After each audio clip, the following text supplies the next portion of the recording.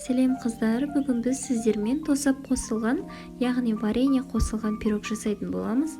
Арнама тіркеліп, лайк басуды ұмытпаңыздар. Осылай арасы жұмсақ болып, өте нәзік болып пісетін пирогтың рецептісімен бөлісетін боламын. Ең алдымен жұмыртқамызды салып, одан кейін үстіне шекерімізді салып араластыратын боламыз. Осылай көпіргенше араластырамыз, қанты ерігенше. Одан кейін бөлме температурасындағы майымызды салып, тағы да араластыратын боламыз.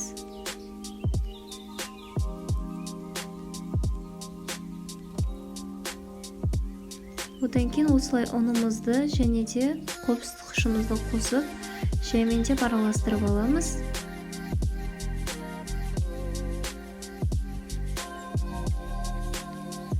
Одан кейін қолымыздың көмегімен қамыр илейтін боламыз.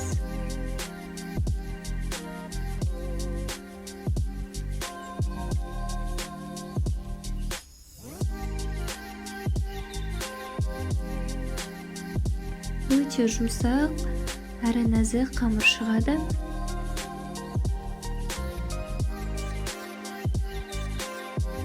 Осылай жақсылап ұюын қандырып алатын боламыз. Одан кейін тоңазытқышқа 10-15 минутқа салып қоямыз.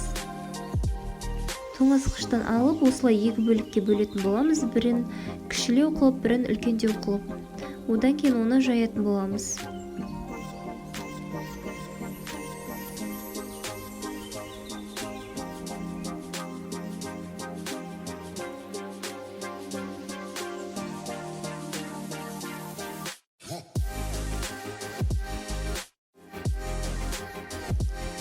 Формаға салып, пішінін жақсылап келтіреміз.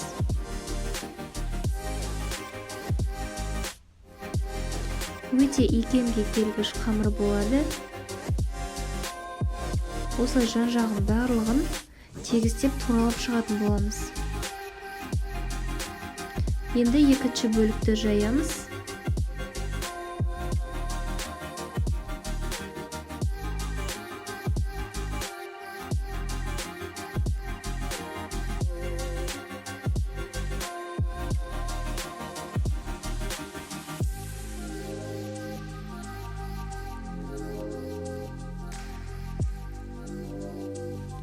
Жайып болғаннан кейін осылай бөліктерге бөліп қоямыз.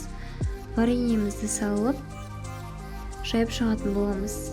Кез келген варенье жарай береді. Енді осылай шаншқымен сәндесеңіздер болады, немесе кескен кезде арнайы әсемдегішпен кессеңіздер болады.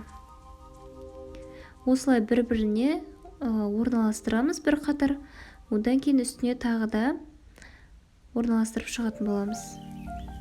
Қалған қамырлардан үстіне гүл істеп, өз қалауларыңызша сәндесеңіздер болады.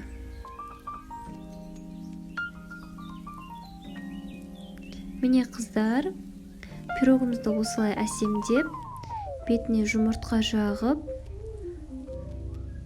пешімізге жіберетін боламыз. Қыздар, жасап көріңіздер, өте дәмді шығады, әрі бір жасағаннан керемет шығады. Үйде бар заттармен жасалынады. Міне пешімізден осылай болып шығады. Менің арнама тіркеліп, лайк басуды ұмытпаңыздар. Қазақша контентті қолданыңыздар. Сіздермен болған мен Жібек. Мені көргендеріңізге рахмет.